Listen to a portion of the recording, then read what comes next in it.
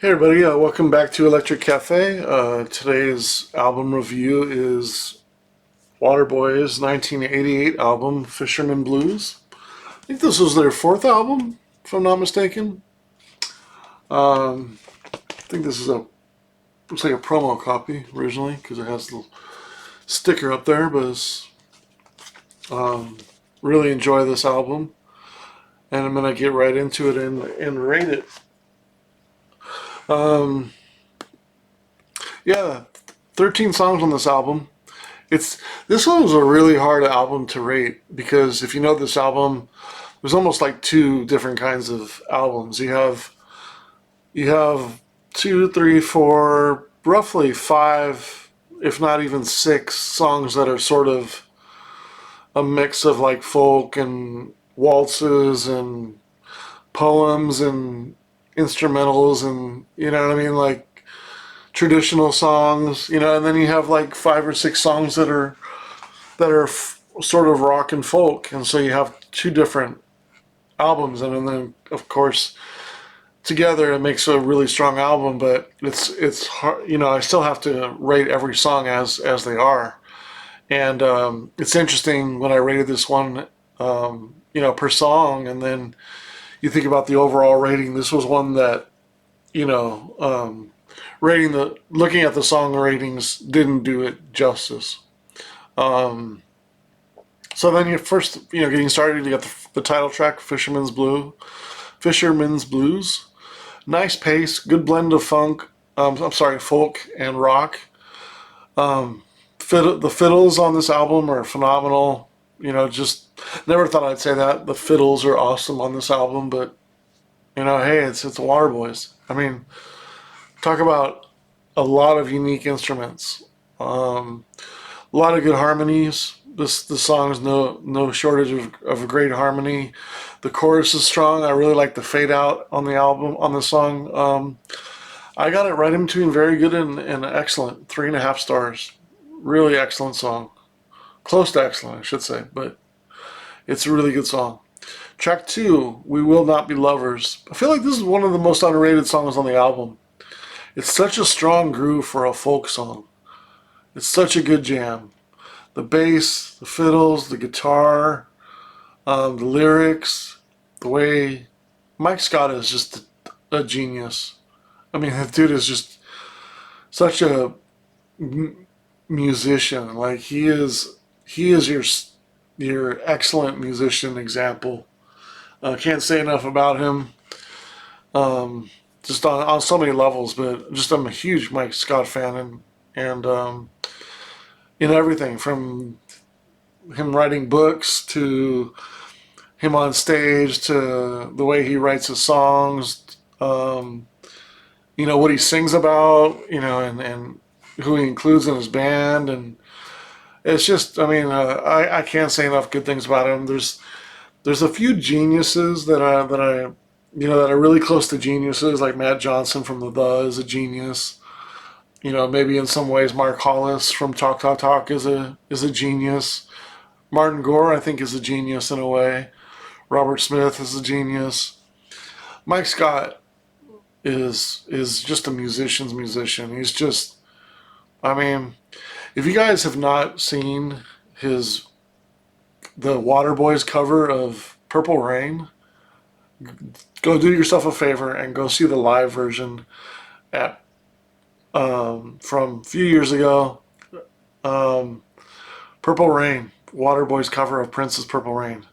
I mean, just one of the most amazing covers I've ever heard. Like it's so good. I was just watching it just for. I've seen it quite a few times, and I wouldn't say I'm a I like Prince. Wouldn't say I'm the hugest Prince fan, but when I think of some songs that are really popular and you're like, yeah, Purple Rain's a good song, but do I necessarily want to hear it because I've heard it so many times? No. But then you hear a song, a cover version like this, and it just, you're like, oh, I don't really want to hear it because I know the original, especially the cover version. How could somebody, in some ways, top what Prince did on Purple Rain? Or really just anybody topping a Prince song of his own. Like I just and it's it's arguable where the there's two different sides you could look at it if he outdoes Prince on the song just the composition of the song, but it's just amazing and it's just even if you don't think it's as good as Prince song, like you definitely have to respect it and be like, wow, that is a great cover. But it's right up there with the original. Just an amazing song. But yeah, homework for you. Go check out Purple Rain by Waterboys if you haven't seen it. But We Will Not Be Lovers, 3.5 stars. I have it tied for my favorite song on the album. Yeah, I got three songs at 3.5 stars on this album. This is the second one, Fisherman's Blues, We Will Not Be Lovers, and then one towards the end. But if I was to compare this one and Fisherman's Blues, this is really close. Track 3, Strange Boat. It's really a good laid back song. It doesn't do too much, so just a little bit over 3 minutes, but it's catchy and it's I kind of wanted to put it. I kind of want to, now that I'm thinking about it, and I just saw a live version of it too. I feel like I should want to give it a little better than this, even though it is a simple song. But I really like the song. I got 2.5 stars. I'll keep it there. But yeah, it's a good laid back song. It doesn't do too much, but it's a good song. It's a really good song. Track 4, which has I'm sure it's not a coincidence that the song is called World Party. Kirk Wallander, former member of Waterboys, by this time was off in his band called World Party, and he comes back and does a track called World Party on the album. It's obviously not a coincidence there, but unfortunately we lost Mr. Wallander earlier this year, and that was kind of sad. He was a big part of the Waterboys and World Party, and just a really strong musician in his own right. Um, yeah, strong groove, catchy. If you think folk can't have a groove, check out the song, and you'll be like, "Wow, this is a really good song, really good rhythm. I really like the groove." This World Party and We Will Not Be Lovers I mean, it'll change your mind on folk music. If you don't think it can be kind of rock, it's really good. And I say rock meaning that lightly, like it's rock music, but it's I mean, it's not like rocking out. What I mean, like not like like verging on heavy metal or something like that. But track number 5, Sweet Thing. This is a Van Morrison cover. Awesome cover. I don't know how anybody can not give this song 3 stars, even if you don't know the original song. Just amazing violin performance. Just a really good song. It's my 4th favorite on the album. 3.25 stars. And now you kind of go into the second half of the album. That first 5 star, the first 5 songs is those are all it's more than halfway through the album, time wise, and then because there's a lot of out of the last was it 8 songs, 3 of them are 4 of them are less than 3 minutes, 3 are less than 2 minutes, or 2 minutes and less. So it this is kind of the second half of what I was talking about. Like there's a little bit more folk and traditional music in here. And number 6 starts out with Jimmy Hickey's Waltz. It's a good song. I like it. It's a good song. It's hard to say like for what it is if I could rate it anything worse or better. It's a good song.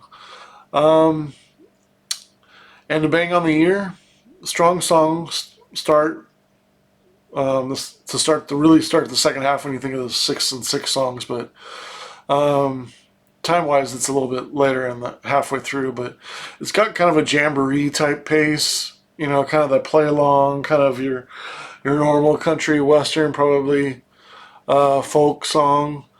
The lyrics are inspirational. I feel like it's got some excellent changes in the song through the song, kind of a long song. 3 stars, very good song.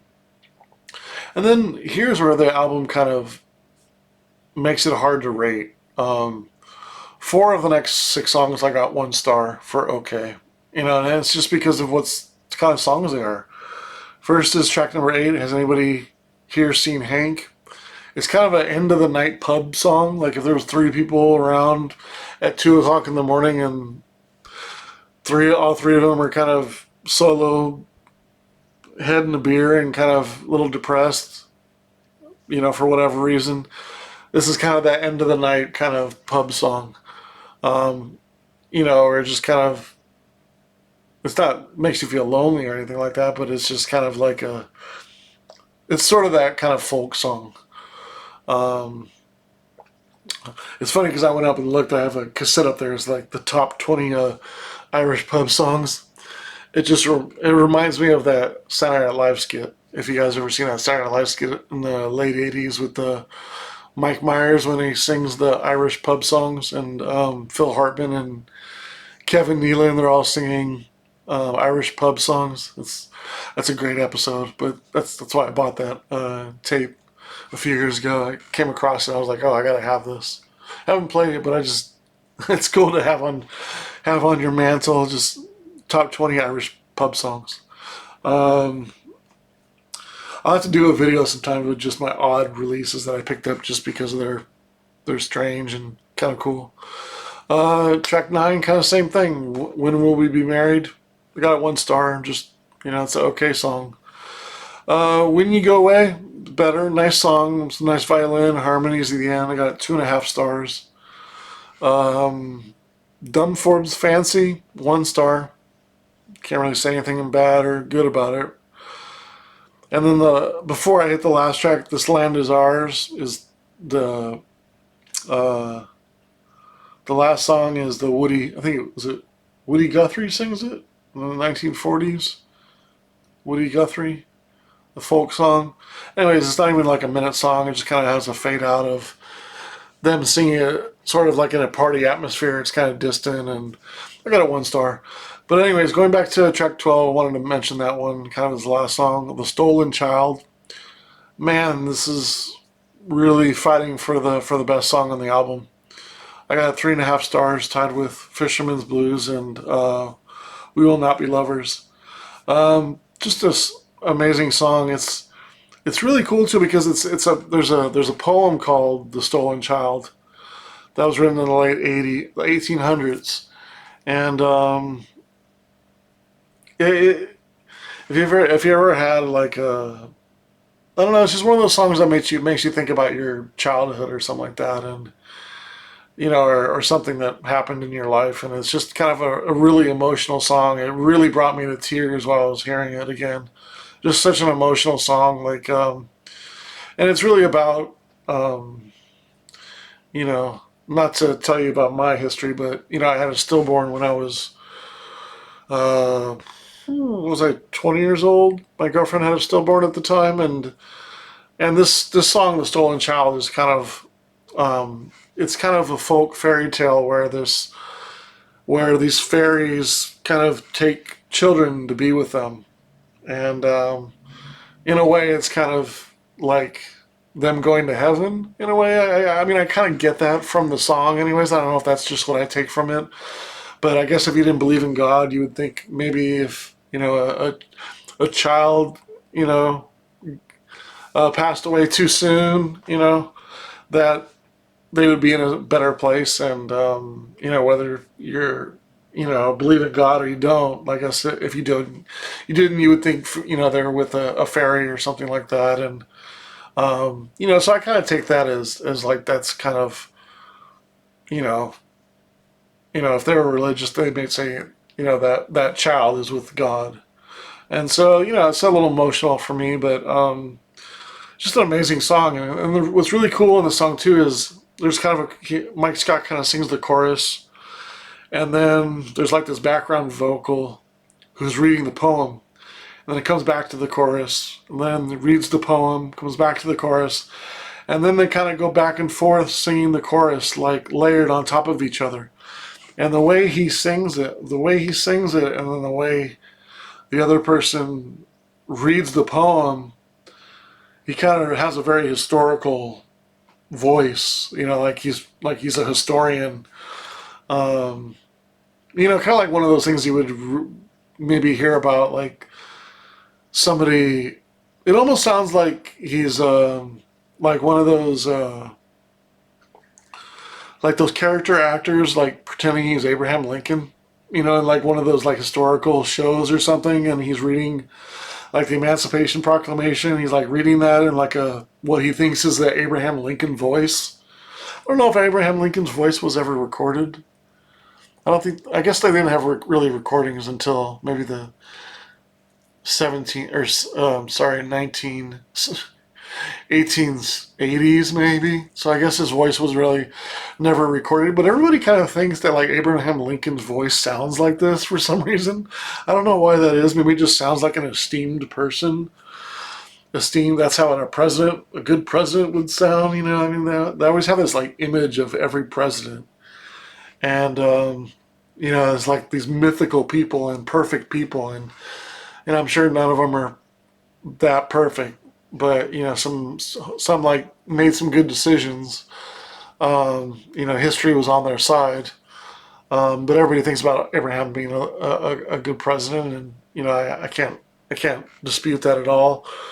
But it's cool because the poem he sort of has that same voice of what they think Abraham Lincoln's voice would sound like, and so he's reading the poem and he's singing over the top, and it's just excuse me, just an amazing song. It just literally brought me to tears, like reading it. I mean, just listening to it, and that's not the first Waterboys song that's brought me to tears. Like Mike Scott, just an emotional singer, and the folk and stuff, and it's just, I mean, it kind of really hits you like right here. They can really do that to you. The Waterboys can really do that to you. If you guys ever heard Spirits, that song, man, almost every time I hear that song, it like brings me to tears. I could probably count on one hand how many songs bring me to tears, and I can think of two right away that are Waterboys. So overall, the good about this album, this is a really tough album to score. It's really a complete album in many ways, even though it has two styles. It's a good blend of folk and rock. Mike Scott this is their third album, the fourth album. So Mike Scott is really confident here. Kirk Wallander left the band a couple years before this, so he's in full control.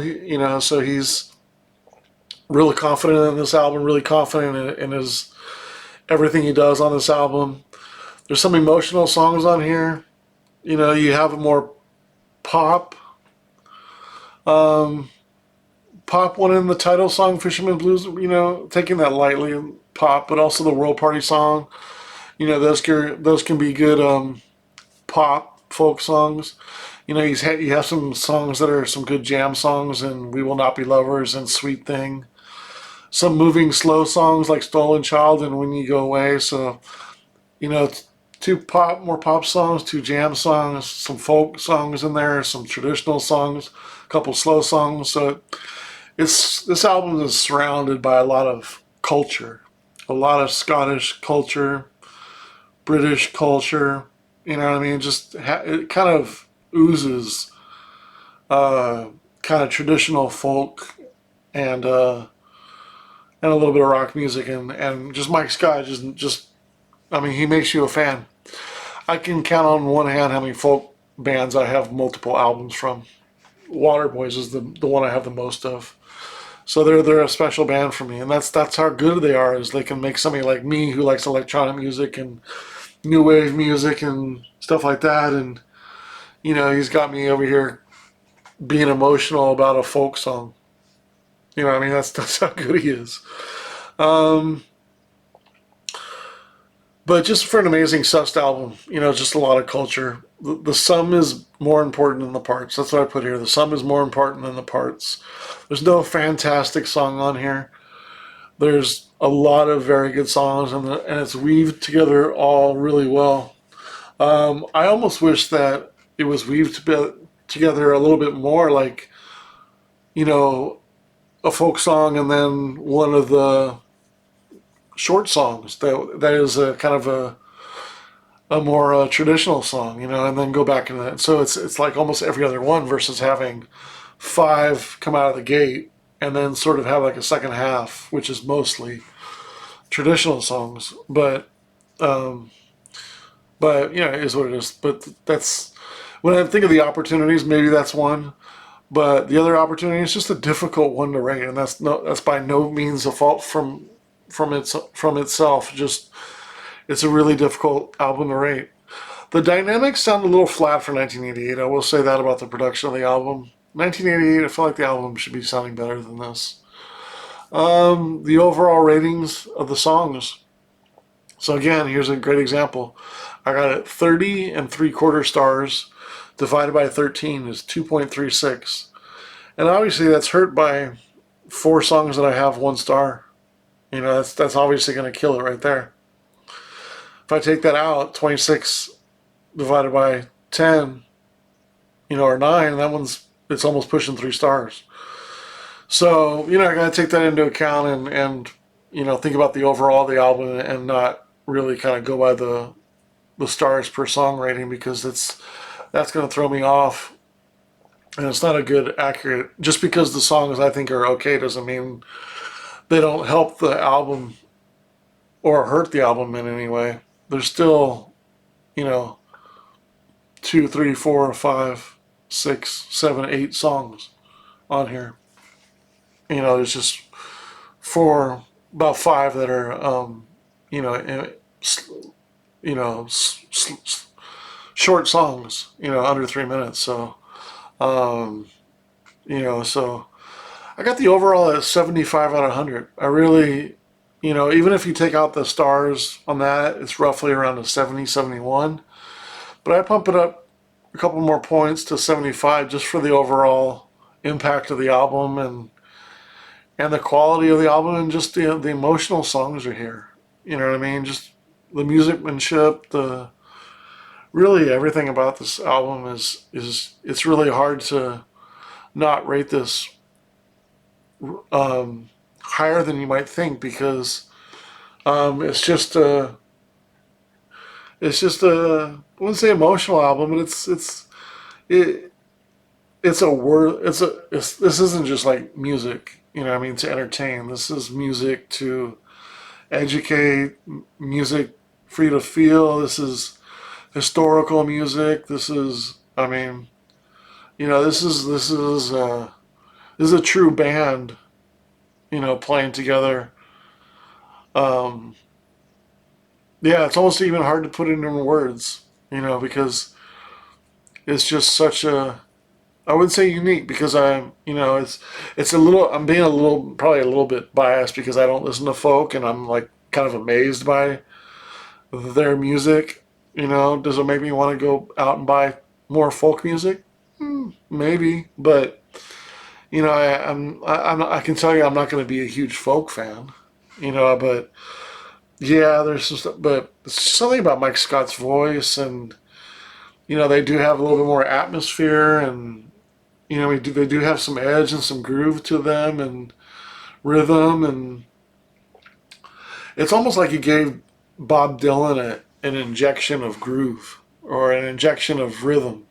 You know, like maybe if you took Bob Dylan out of the 50s and 60s and put him in the 80s and 90s, this is what Bob Dylan would sound like. I don't know, but just really impressed by the band overall, and this is probably one of their best albums, and it's going to be really close if this album or maybe This Is the Sea is better than this. It's going to be close. Also, there's some really good tracks on Pagans. Is it Pagans Place? That album's really good too as well. So yeah, 75 out of 100 for Fisherman Blues by the Waterboys, 1988. Really good album. 75 out of 100. Really strong. Thanks so much.